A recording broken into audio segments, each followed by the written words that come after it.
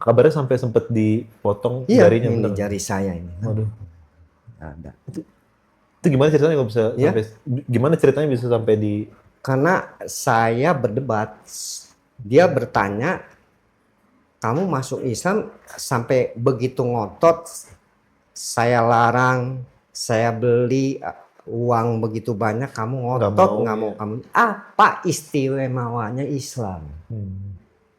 Saya katakan Islam Tuhannya itu hanya satu. Qul huwallahu ahad. Katakan oleh Muhammad, Allah itu hanya satu. Kalau Allah itu Trinitas, ya, Yesus Kristus, Allah Bapa, Siti Maryam, Roh Kudus. Sekarang saya mau tanya, di Injil Perjanjian Baru ataupun Lama, cari siapa penghulunya yang menikahkan Allah. Nah, kalau Yesus Kristus dianggap Tuhan, kenapa Tuhan yang Maha Kuasa kok mengorbankan dirinya menebus dosa sampai disalib? Bismillahirrahmanirrahim. Ya ayyuhalladzina amanu udkhulu fis silmi kaffah.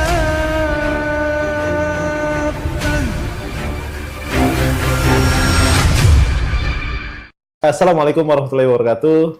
Selamat datang di channel YouTube Ngaji Cerdas yang insya Allah mencerdaskan umat bagi mereka yang mau berpikir tentunya. Alhamdulillah, kembali lagi bersama saya Adam Fatih pada kesempatan hari ini. Kami dan tim Ngaji Cerdas seperti biasa selalu menyajikan konten-konten yang insya Allah bisa menginspirasi kita bersama dalam menguatkan akidah kita bersama melalui kisah dari para mu'alaf. Terima kasih banyak telah mengklik video ini. Kami ucapkan terima kasih karena sudah mensupport dakwah ini melalui support dengan subscribe, kemudian juga like dan juga share gitu ya. Dan mudah-mudahan semua kebaikannya dibalas oleh Allah Subhanahu wa taala. Dan kami ingin mengajak kepada sahabat ngaji cerdas, bagi sahabat ngaji cerdas yang ingin berkurban bersama mu'alaf ya, yang dimana kita akan berkurban dengan para mu'alaf di daerah pedalaman yang rawan permutatan, silakan bisa hubungi tim kami dan juga nomor yang sudah kami sediakan di bawah ini insya Allah. Mudah-mudahan kita bisa kurban bareng dengan mu'alaf dan juga membahagiakan mu'alaf dengan berkurban insya Allah. Nah, narasumber kita pada hari ini, Masya Allah, sudah datang jauh-jauh dari Srengseng ya Pak ya, Masya Allah ya, adalah Pak Jo. Assalamualaikum Pak Jo. Waalaikumsalam. Pak Jo atau Koh Jo nih saya manggilnya yang lebih enak. Ya, apa aja. Apa aja ya. Tapi lebih akrab karena kita sama-sama Chinese, jadi Ya, Koh ya. boleh. Ya, Masya Allah. Koh Jo. Koh Jo, terima kasih banyak sudah datang. Selamat datang di studio kami yang sangat sederhana ini. Mudah-mudahan bisa diterima ya Pak ya. Ya, Dan mudah-mudahan Bapak langkahnya dari Srengseng terus ke sini bisa mendapatkan pahala yang banyak insya Allah ya Pak ya. Pak Jo izin bertanya-tanya tentang bagaimana kisah hijrahnya Pak Jo menjadi seorang Muslim. Tapi sebelum ke situ mungkin bisa nggak Pak Jo mungkin memberitahu kepada sahabatnya cerdas latar belakang Pak Jo itu seperti apa gitu, gitu ya. Atau mungkin kita pengen tahu dari kecilnya Pak Jo itu seperti apa gitu sampai kemudian menganut agama apa dan kemudian apa aktivitasnya pada saat itu. Oke. Assalamualaikum warahmatullahi wabarakatuh. Waalaikumsalam warahmatullahi Alhamdulillahirrabbilalamin. Wassalat wassalamu asrafil anbiya'i wal mursalin Sayyidina Muhammadin wa ala alihi wa sahbihi ajmain amma ba'du. Pertama-tama saya mengucapkan syukur Alhamdulillah atas segala nikmat yang telah Allah anugerahkan. Salawat dan salam semoga tercurah kepada junjungan kita Nabi Agung Muhammad SAW, kepada keluarganya, para sahabatnya, para tabiin-tabiinnya, sampai kepada kita selaku umatnya yang sama-sama mengharap syafaatnya kelak di yaumil akhir. Terima kasih kepada Bapak Adam atau Ko Adam yang sudah mengundang saya untuk bersilaturahim di channel Ngaji Cerdas untuk berbagi kisah, sharing tentang perjalanan hidup saya sebagai mu'alaf. Nama saya Jo Kofi. Saya lahir di lingkungan keluarga Chinese. Saya ini 6 saudara. Saya anak kedua, laki-laki paling besar. Jadi kakak saya perempuan, saya anak kedua. 3 perempuan, 4 laki-laki, 5 perempuan, yang terakhir laki-laki. Oke. Sekarang yang 3 itu adik saya semua udah jadi warga negara Amerika. Karena mereka berkeluarga di sana, punya usaha di sana. Oke. Berarti yang ada itu di Jakarta ya tinggal 3. Kakak saya dan adik saya. Dan yang masuk Islam hanya saya saja sendiri. Nah, waktu saya kecil saya dididik oleh keluarga besar saya, yaitu Kristen Protestan. Oke. Bahkan saya sekolah dari SD, SMP, SMA pun di Kristen, sekolah Kristen.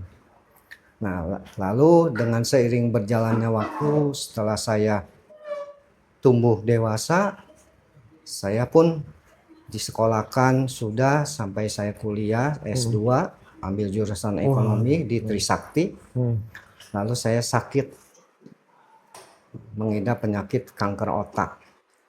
Sampai didiagnosa oleh dokter udah stadium 4. Bahkan sempat saya dilarikan ke Singapura. Bahkan dokter pun sudah tidak bisa. Bahkan divonis waktu itu umur saya hanya hitungan bulan saja. Tapi Allah berkehendak lain dengan jalur melalui hidayah lewat mimpi. Saya disuruh masuk agama Islam kalau mau sembuh. Akhirnya saya pun waktu itu ikut mimpi itu disahadatin. Lalu saya ikutin kata-kata syahadat, ada yang mimpin di dalam mimpi. Akhirnya saya pun berangsur-angsur kurang lebih ya berapa bulan saya dinyatakan sehat. Bahkan dokter saja mengatakan bahwa saya sembuh itu ini suatu keajaiban. Ya, mujizat Tuhan yang Maha Kuasa. Nah, karena saya sudah sembuh, saya pun pulang. Lalu saya kembali beraktivitas seperti biasa. Saya dagang emas sama berlian di daerah. Tapi udah sahadat, Pak? Ya, belum. Belum ya? Baru Baru mimpi saja. Akhirnya saya lalai, jadi saya nggak ingat-ingat mimpi itu lagi. Jadi saya terus saja dagang. Nah, akhirnya sampai 1 tahun saya akhirnya dikasih sakit lagi. Dengan sakit yang sama, bukan? Iya, dengan sakit yang sama. Iya, dengan sakit. Tapi nggak separah yang pertama. Baik. Nah, lalu saya ingat tentang mimpi yang pertama itu, saya disuruh masuk Islam secara keseluruhan, suruh sunat, suruh ibadah menyembah Allah. Nah, ternyata saya kan tidak. Akhirnya saya pun dalam hati berkata, kalau memang agama Islam ini memang benar, yang terbaik dan terbenar, dan Allah yang harus saya sembah, tolong saya minta pembuktian. Petunjuk gitu ya, Pak ya? Pembuktian supaya saya beri kesempatan kedua untuk saya sehat lagi. Kalau saya sehat, maka saya akan percaya bahwa Islam yang terbaik dan benar. Akhirnya ya dikasih sembuh. Sembuh untuk yang kedua kali. Nah, karena udah seperti itu, yakinlah saya.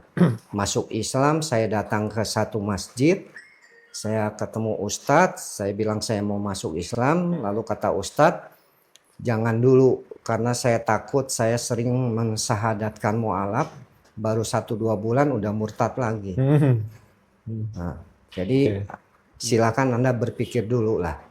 Masuk Islam Anda siap apa tidak kalau seandainya keluarga Anda membuang Anda. Oh iya, udah dikasih ultimatum nggak ya. dapat apa-apa, Anda miskin, siap apa tidak? Betul. Kalau Anda siap, datang ke sini. Betul.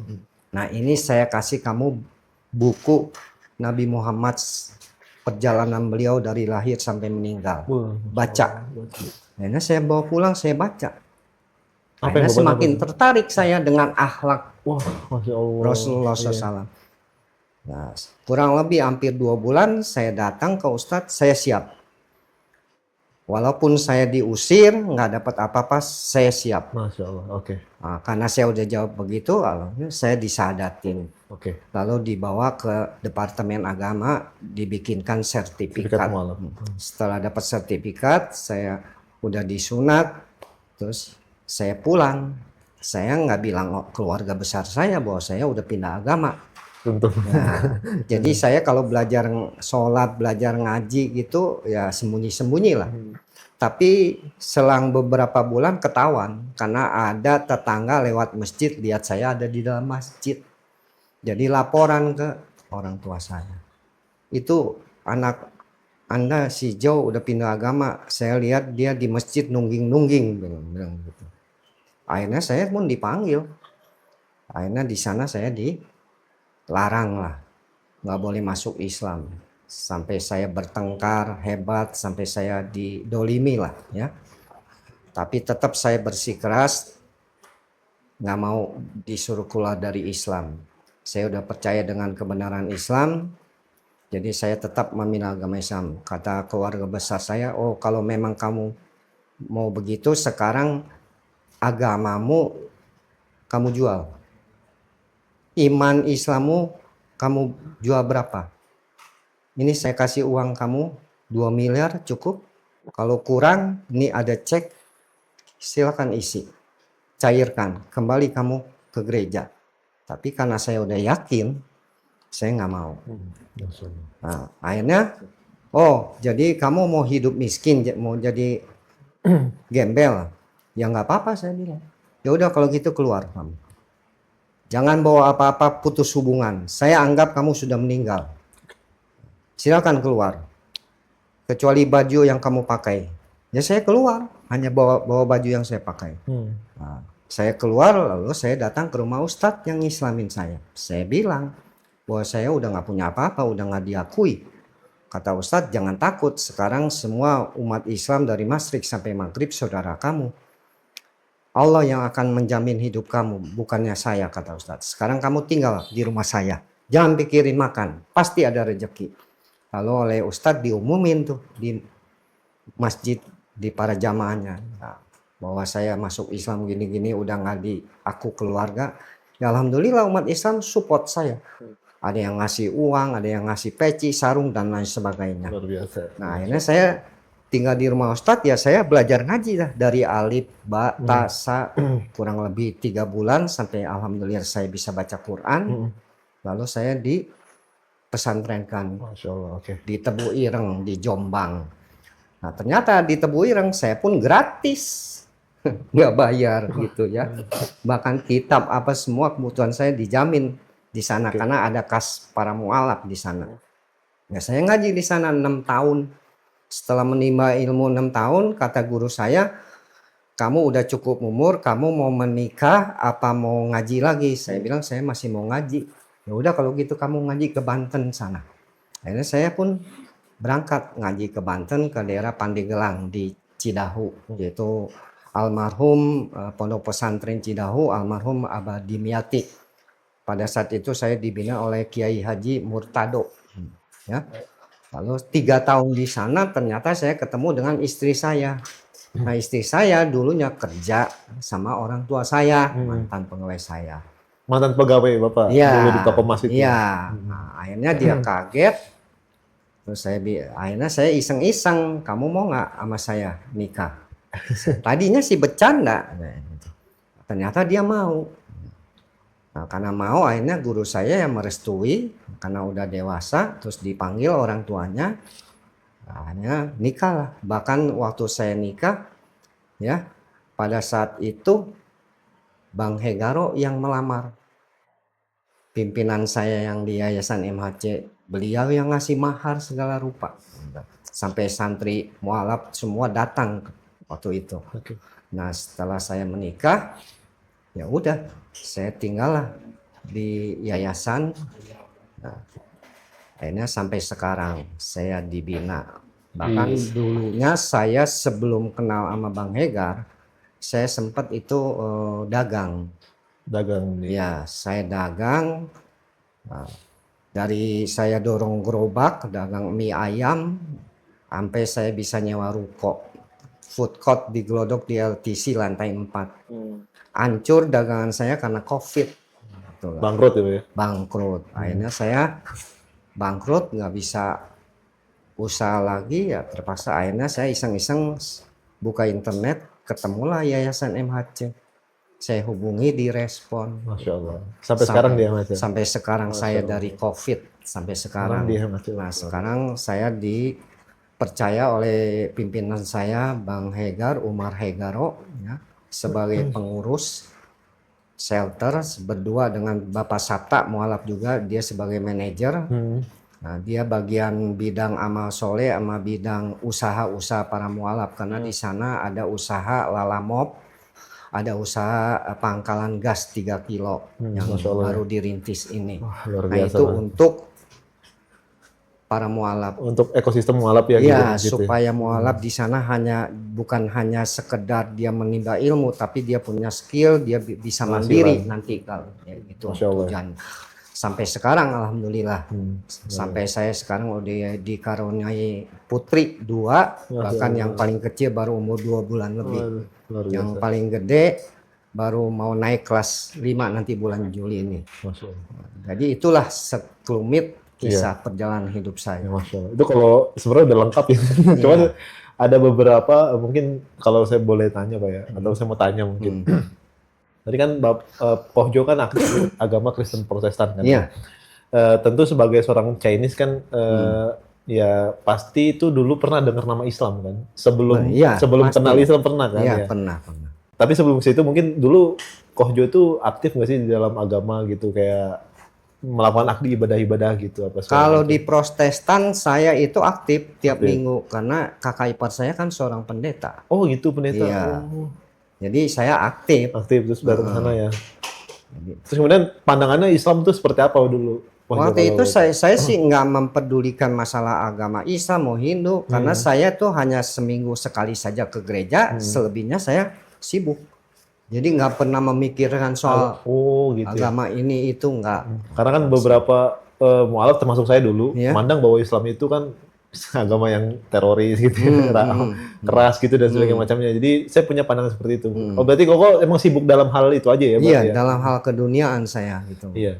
Dan saya itu terus terang di antara 6 saudara, saya anak yang paling nakal, yang ngabisin harta orang tua miliaran karena saya mantan peminum sama penjudi. Jadi saya kalau udah judi tuh bawa mobil ya habis di meja judi, gak beliin lagi, gak pakai judi lagi, bahkan emas juga dimodalin MM-an habis. Jadi saya lah satu-satunya anak yang paling nakal menghabiskan harta orang tua. Gitu. Tapi di satu sisi anak yang paling nakal tapi juga disayang juga sama orang tua ya. Tapi Iya, gitu ya. iya, disayang juga karena laki-laki paling besar. Iya. Orang tua saya tuh berharap saya sebagai pengganti bapak saya. Nah, tadi kan mimpi 2 kali dan keduanya itu kan dikasih sembuh juga ketika disuruh syahadat gitu kan. Nah, Iya. pertanyaannya kenapa nggak kok misalnya nih ini menanya yang ibaratnya kenapa nggak milih agama lain gitu kan, agama lain lebih mudah ibadahnya gitu, kenapa nggak agama yang lain gitu? Karena saya berpikir waktu itu saya sakit, saya kan udah berobat ke biksu, Oh udah udah kan biksu ke wihara, agama Hindu orang-orang pinter lah. padahal masih proses kan. Iya, nggak mempan. Hah? Ke pendeta apalagi jangan tanya, itu tahap pertama itu ya. Iya. Karena nggak mempan semua. Gitu. Jadi saya pikir ini mimpi yang mengarahkan saya ke agama Islam. Petunjuk ya, jadi Petunjuk. Hanya saya yang pertama saya anggap angin lewat, nggak Betul. percaya karena saya diberi sakit, makanya saya apa benar ini, jangan-jangan ini teguran dari petunjuk itu. Betul, ya. Nah, akhirnya ya saya berjanji kalau memang dibuktikan saya bisa sembuh, ya alhamdulillah. Mungkin bahasa gampangnya Koko nantang Allah gitu Nah, ya. itu. Koko nantang Allah, Iya. coba sembuhin bisa nggak gitu. Nah inilah mahalnya Wah, hidayah. Masya Allah ya, luar biasa. Makanya nggak bisa dibeli dengan apapun. Apapun ya, betul Masya Allah. Artinya ya, nah mungkin juga banyak yang Koko kan udah masuk Islam sudah syahadat kan. Iya. Pasti kan mungkin di dalam Islam itu banyak juga orang yang mempertanyakan gitu. Iya. Islam tuh nggak masuk akal gitu artinya. Tuhannya nggak ada, maksudnya nggak kelihatan gitu. Oh. Nah, Koko nih pernah nggak dalam hal kayak gitu, terus gimana cara untuk menjawabnya gitu? Kalau Allah itu kelihatan, berarti ada yang menciptakan. Oke, Mas. Hah? Siap. Nah, kalau Allah itu diciptakan oleh yang menciptakan, berarti bukan Tuhan. Itu aja saya mah berpikir. Iya. Iya. Jadi Allah itu goib. Betul. Ya kan? Hmm. Nah, makanya lafadz Allah itu alif lam lam ha. Kalau alifnya dibuang jadi lillahi, Sama- hanya kepada Allah. Betul. Kalau lamnya dibuang jadi lahu, artinya lahu kepadanya. Nyanya itu ya Allah. Kalau lamnya dibuang jadi hu itu dia itu siapa? Allah. Kalau hu-nya pun dibuang jadi goib, karena Allah memang goib. Kan begitu logika akalnya. Ya. Apalagi di dalam surat Ali Imran ayat 19 Allah sudah berpesan, ya ayyuhalladzina amanu udkhulul fil simil kafah. Hai orang yang beriman, masuklah kamu dalam Islam secara kafah, artinya keseluruhannya. Jangan hanya sekedar kita syahadat beriman sama Allah tapi enggak sholat. Hah? Itu belum kafah. Walaupun terus dia sholat, dia zakat, tapi lisannya masih suka menfitnah, menggibah, ya belum kafah Islam. Jadi Allah menghendaki beriman itu ya secara keseluruhan, gitu. Makanya saya di sini menghimbau kepada saudara saya yang di luar sana yang sebangsa ataupun tidak dengan saya yang sudah syahadat, sudah sebagai mualaf. Jadilah kalian mualaf yang mandiri, yang benar-benar tangguh, belajar ilmu Allah. Karena saya nggak mau melihat para mualaf sekarang kebanyakan hanya mengandalkan sertifikat, dia ngemis. Dari satu masjid ke masjid dia minta-minta, jadi pakai usaha. Saya paling nggak suka mualaf yang seperti itu. Ya kalau mau begitu udah aja jangan masuk Islam. Jadi kafir aja kaya kan? Betul. Hah? Buat apa masuk Islam ngemis-ngemis? Sementara mereka nggak pernah mau belajar tentang Islam. Padahal Allah Maha Kaya. Ya iya, Allah Maha Kaya. Karena kalau kita sebagai mualaf sungguh-sungguh menimba ilmu Allah, jadi. Karena apa? Begitu syahadat kita seperti bayi baru lahir. Dosa di masa lalu udah hilang semua. Seperti bayi baru lahir, ibarat contoh seperti kertas putih. Tidak ada satu titik noda pun. Jadi kalau mau ditulis apapun jadi. Betul. Kan begitu. Tergantung kita mau nulis apa ya. Iya. Jadilah kita sebagai mualaf yang tangguh. Oke. Jadi jangan hanya sekedar pengakuannya Islam di lisan saja. Ya. Beriman sama Allah. Apa rukun iman, rukun Islam, yang 6 apa. Tapi kenyataannya realisasi dalam kesehariannya dia nggak mengamalkannya. Masya Allah. Oke. Saya nggak mengamalkan. Oke, Pak. Tadi kan sudah sadar, terus kemudian sudah konsultasi ke Ustadz. Iya. Ustadznya juga sudah bilang ada konsekuensi nih kalau masuk Islam gitu. Iya. Mungkin keluarga akan nggak terima Iya, gitu. betul. Nah, pada saat itu kalau saya boleh tahu apa sih yang keluarga itu bagaimana keadaannya gitu kok? Katanya kabarnya juga sampai Koko itu Iya. diancam ataupun Ya, betul. sampai Karena dipotong. mereka menilai yaitu seperti yang tadi Pak Adam katakan, Islam itu agama teroris. Islam itu ekonominya kebanyakan miskin di bawah kita. Terus kemaksiatan yang rampok, yang ini kebanyakan orang egois Islam. ya, korupsi juga. Nah, iya, jadi memandangnya itu. Padahal kan bukannya Islamnya, orangnya. Muslimnya. Nah, ya kan agamanya mah nggak salah. Terbaik dan terbenar agamanya, manusianya yang nggak benar. Jadi saya pun memaklumi karena mereka tidak tahu. Kabarnya sampai sempat dipotong Iya, jarinya. ini bener. jari saya ini. Waduh. Ada. Itu gimana ceritanya kok bisa Ya. sampai gimana ceritanya bisa sampai di Karena saya berdebat, dia bertanya, kamu masuk Islam sampai begitu ngotot, saya larang, saya beli uang begitu banyak, kamu ngotot nggak mau kamu. Apa istimewanya Islam? Saya katakan Islam Tuhannya itu hanya satu. Qul huwallahu ahad, katakan oleh Muhammad, Allah itu hanya satu. Kalau Allah itu Trinitas, ya, Yesus Kristus, Allah Bapa, Siti Maryam, Roh Kudus. Sekarang saya mau tanya, di Injil Perjanjian Baru ataupun Lama, cari siapa penghulunya yang menikahkan Allah. mas kawinnya apa, nama mertuanya siapa. Nah, kalau Yesus Kristus dianggap Tuhan, kenapa Tuhan yang Maha Kuasa kok mengorbankan dirinya menebus dosa sampai disalib? Kan Tuhan kuasa, nggak perlu dia sampai disiksa. Bener lagi. Akhirnya karena kalah debat emosi, kan Emosi. begitu. Ya saya wajar-wajar aja gitu. Terus perasaan Koko gimana tuh waktu itu? Ya merasa lega lah saya. Lega ya. Walaupun memang sebenarnya sakit ya karena kan- Sakit ya. Tapi anehnya ya diobatin. Oh, abis itu diobatin Iya, dipanggil dokter. Anehnya kan gitu. Karena mereka juga takut kalau sampai terjadi Nah, saya apa-apa kan kriminal. bener, Mereka masuk iya, penjara lapor. kan gitu. Tapi Koko nggak mau ngelapor gitu ya? Nggak mau, karena biar bagaimanapun itu kan kakak ipar diperintah oleh orang tua. Ya. Karena waktu itu kan waktu saya Islam itu kan almarhum papa udah nggak ada. Gitu loh, tinggal mama. Bahkan saya waktu itu lihat mama sakit-sakitan kan. Saya berpikir kalau saya menuntut secara jalur hukum lapor polisi ya bagaimanapun ya keluarga. Betul. Ya kan? Iya. Nabi Muhammad aja didolimin kayak apa, Wah. dia nggak pernah membalas. Sepakat. Hah? Jadi untuk apa? Saya berpikir mereka melakukan itu, mendolimi saya seperti itu karena mereka tidak tahu kebenaran Islam. Kalau mereka tahu nggak mungkin, pasti dia pindah agama ikut saya. Saya berpikir begitu saja secara logika. Jadi nggak perlu. Dan saya merasa hikmahnya luar biasa setelah saya jadi seorang mu'alaf. Ya, apalagi setelah saya ngaji ke pondok, itu ketenangan batin.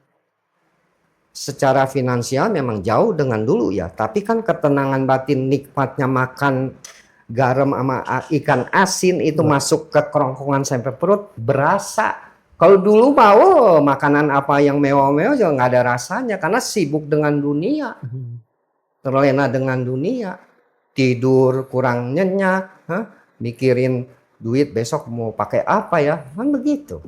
Kalau sekarang mah tenang, tentram.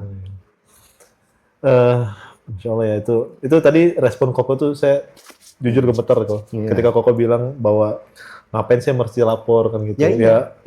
Ya karena mereka nggak tahu gitu. Ya Itu, iya betul. Wah, itu kayak tadi Koko bilang juga sempat kisahnya Rasulullah tuh ketika dia di Taif ya kalau nggak salah Iya, ya, iya. gitu, dilemparin batu. Iya. Yang malaikat itu sampai mau lempar gregetan, dua gunung kan, iya. lempar dua gunung. Terus kata Nabi jangan. Nah iya begitu karena mereka nggak tahu. Karena mereka nggak tahu. Nah iya begitu. Masya Allah.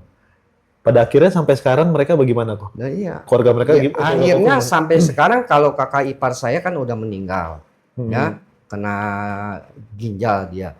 Jadi kakak saya tuh menjanda, nggak menikah lagi, bahkan nggak punya turunan sampai sekarang pun. Nah sekarang is okay. Karena hasil selama ini saya tahajud tiap malam minta sama Allah supaya dilembutkan hati kakak adik saya. Ya minimal maksimal ya diberi hidayah bisa masuk agama Amin. Islam. Ya alhamdulillah sekarang welcome. Saya kalau dia sering telepon nanya kabar, istri anak sehat, terus main bawa sini. Gitu sekarang mah. Welcome. Welcome, ya. Ada perubahan lah. Gitu. Walaupun mungkin belum dapat hidayah. Iya. Gitu. Tapi seenggaknya ya alhamdulillah bisa terima sebagai keluarga gitu. Iya. Artinya memang toleransi sekarang betul ya. Iya, toleransi. Karena dia berpikir begini, waktu saya Kristen, saya ngabisin harta, maksiat, minum, main perempuan, judi. Tapi kok dia setelah Islam, rumah anak jadi orang baik. Kan begitu. Betul. Berpikirnya begitu mereka. Iya. Padahal mungkin mereka dulu mikirnya, kalau lu masuk Islam lu pasti bakal miskin, Nah, bakal jahat, Ya, bakal ini iya, ya. Tapi bakal jadi ternyata gelandangan. Ternyata jadi, berbalik ya, nah jadi itu. sebaliknya. Nah ini hikmahnya kan seperti itu. Betul. Bahkan kakak saya bilang, syukurlah kamu sekarang saya lihat setelah Islam rumah tangga kok baik, benar. Gitu loh. Nggak Nggak nyangka kayak ya? dulu. Nggak nyangka berarti. Iya, kan gitu. Iya. Ya, jadi Luar biasa. silakan ada keyakinan kamu teruskan. Sekarang kan enak seperti itu. Iya, Adik-adik saya pun begitu, welcome. Masya Allah, Masya Allah. Ya semoga saya doakan ya kok keluarga Koko dapat hidayah. Amin. Koko juga doain saya keluarganya dapat hidayah. Amin ya, sama-sama. Sama-sama. Amin. Gitu ya. Masya Allah. Oke kok. Dari semua tadi kisah Koko tuh kira-kira kan banyak banget tadi pelajaran yang bisa saya ambil juga. Iya. Mungkin penonton juga bisa ambil Iya. pelajarannya. Kira-kira pesannya apa nih kok untuk kaum muslimin? Ya, kira-kira. Ya, untuk kaum muslimin di luar sana maupun para mualaf, ya apalagi yang udah Islam dari lahir, kalian harus benar-benar istiqomah dalam memeluk agama Allah, jalankan sholat 5 waktu, ngaji kalau kalian ada waktu, jangan kalian istilah pengakuan Islam hanya sebatas di KTP saja, karena di luar sana sekarang banyak Islam KTP. Jadi dia sholat tidak, ngaji tidak, bahkan berkecimpung di dunia kemaksiatan. Sadarlah, karena hidup ini singkat sebenarnya, ya hanya seperti antara adzan dan qomat saja. Kita lahir diadanin, dikomatin, besok kita meninggal diadanin, dikomatin. Kita lahir ditolong oleh orang, oleh dokter, oleh bidan, besok ya kita meninggal digotong sama orang. Ya, oleh karena itu sholatlah di belakang imam sebelum kamu disolatin di depan imam. Masya Allah. Dan bawa jiwa raga kalian ke dalam masjid sebelum jasad kalian digotong ke masjid. Masya Itu Allah. pesan saya. Masya Allah. Luar biasa kok. Koko kan aktif di MHC sekarang kan? Aktif. Di MHC itu kan Koko membina para mualaf. Betul. Kurang lebih 20 orang ya di sana Iya. ya. Ada 20 orang mualaf yang Iya. Koko bina setiap harinya gitu Iya, kan. setiap hari. Di sana Koko juga tadi bilang bahwa ada beberapa usaha yang Iya. dilakukan oleh program Iya. MHC itu. Iya, Salah satunya mungkin ada gas tadi ya. ada Nah, gas. saat ini kabarnya Koko lagi apa tuh? Lagi progres apa? Progres. Membutuhkan apa kira-kira? Yang saya butuhkan sekarang ya istilahnya kalau di para mualaf itu untuk kesejahteraan mualaf lah, suntikan dana, karena donatur MHC itu hanya 1-2 orang saja, ya, dan itu terbatas. Karena kan di MHC itu semakin hari semakin bulan tentunya banyak mualaf yang bertambah. Berarti kan otomatis kalau mualaf bertambah pengeluaran pun membesar. Nah, jadi itu yang dibutuhkan oleh MHC, dukungan atau support dana dari para donatur ya untuk kesejahteraan mualaf yang ada di MHC. Oh, Masya Allah ya. Ya mungkin buat sahabat ngaji cerdas yang ingin support MHC ya terkait dengan programnya Pak Jo ini atau Koh Jo ini, bisa mungkin nanti hubungin nomor Pak Jo ya, Iya, nanti ataupun mungkin akan kita sediakan juga nomor rekening di bawah ini insya Allah Iya. gitu. Karena saya bersaksi bahwa MHC itu memang program mualaf yang sangat baik untuk Iya. kita support ya Pak ya. Iya, Karena di sana memang hampir setiap bulan ada aja mualaf ya Pak ya. Ada aja mualaf ada. ya, yang kita sahadatkan, kita Iya, bina juga ada. di sana. Iya. Kan. Nah, jadi mungkin bagi sahabat ngaji cerdas yang ingin mensupport ya perkembangan dakwah atau pengembangan dakwah dari MHC, silakan bisa hubungin Koh Jo ini. Ya, Iya. mudah-mudahan amalnya bisa diterima Allah Iya. dengan amal jariah gitu ya. Iya. Insya Allah ya. Atau hubungi nomor telepon pimpinan saya melalui Ngaji cerdas gitu bisa ya. ya, Oke, oke. melalui ngaji cerdas ini, Insya Allah. nomor rekening yayasannya bisa Oke. nanti saya kasih. Oke, Masya Allah. Kok terakhir kok, sekarang kan banyak tadi Koko bilang mualaf yang Iya. yang berkele ya maksudnya, Iya, iya, yang iya. memanfaatkan dirinya seorang mualaf. Ya, Kemudian juga banyak yang, mohon maaf, banyak nipu juga. banyak, gitu, ya. banyak. Nah, pesan-pesannya sebelum mereka mau menjadi seorang mualaf tuh apa yang harus mereka lakukan terlebih dahulu gitu, Kok? Supaya mereka tuh nanti ketika jadi mualaf yakin gitu. Ya. Kok. Nah, gimana gitu? Ya, untuk saudara-saudara saya yang sekarang memang ada niatan untuk menjadi mualaf, walaupun belum jadi mualaf, kalian pikir panjang. Karena yang namanya mualaf itu nggak semua, tapi kebanyakan rata-rata ditentang oleh keluarga besar. Nah, apakah kalian itu siap menerima itu? Apalagi kalau kalian niat yang mau masuk mualaf, hidupnya udah cukup mapan, bergelimang harta. Nanti kalau kalian masuk mualaf meninggalkan semua itu, siap apa tidak? Kalau kira-kira kalian tidak, lebih baik jangan jadi mualaf. Karena percuma kalau kalian masuk mualaf baru 1-2 bulan, setahun 2 tahun, akhirnya karena tekanan ekonomi kalian murtad lagi. Itu percuma. Lebih baik jangan, sayang. Jadi kalau memang mau jadi mualaf, secara benar-benar siapkan mental, lahir batin. Jadi tinggalkan semua dunia yang gemerlap itu. Ya. Insya Allah kalau kalian siap meninggalkan semua kemewahan, ya pasti ada jalan dari Allah Subhanahu Wa Taala. Apalagi kalau kalian mau belajar ilmu agama, karena banyak mualaf sekarang yang udah jadi ustadz kondang, terkenal di mana-mana. Ekonominya Membaik, meningkat, membaik. Masya Itu Allah. aja pesan saya. Alhamdulillah, Masya Allah kok. Terima kasih banyak Ya, sudah sama-sama. mau sharing sama kita Ya, pada sama-sama. pagi hari ini atau siang hari ini. Mudah-mudahan apa yang Koko sampaikan itu bisa bermanfaat untuk sahabat ngaji cerdas dan Amin. juga mudah-mudahan berpahala untuk Koko Amin. karena bisa menyampaikan gitu ya.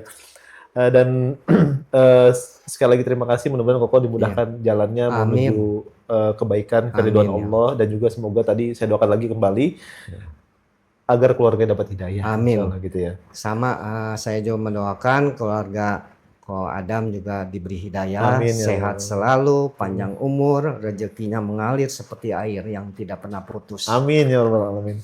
Nanti insya Allah ngaji cerdas akan mampir ke Hemace insya Allah, gitu ya. Insya Allah. Izin insya Allah.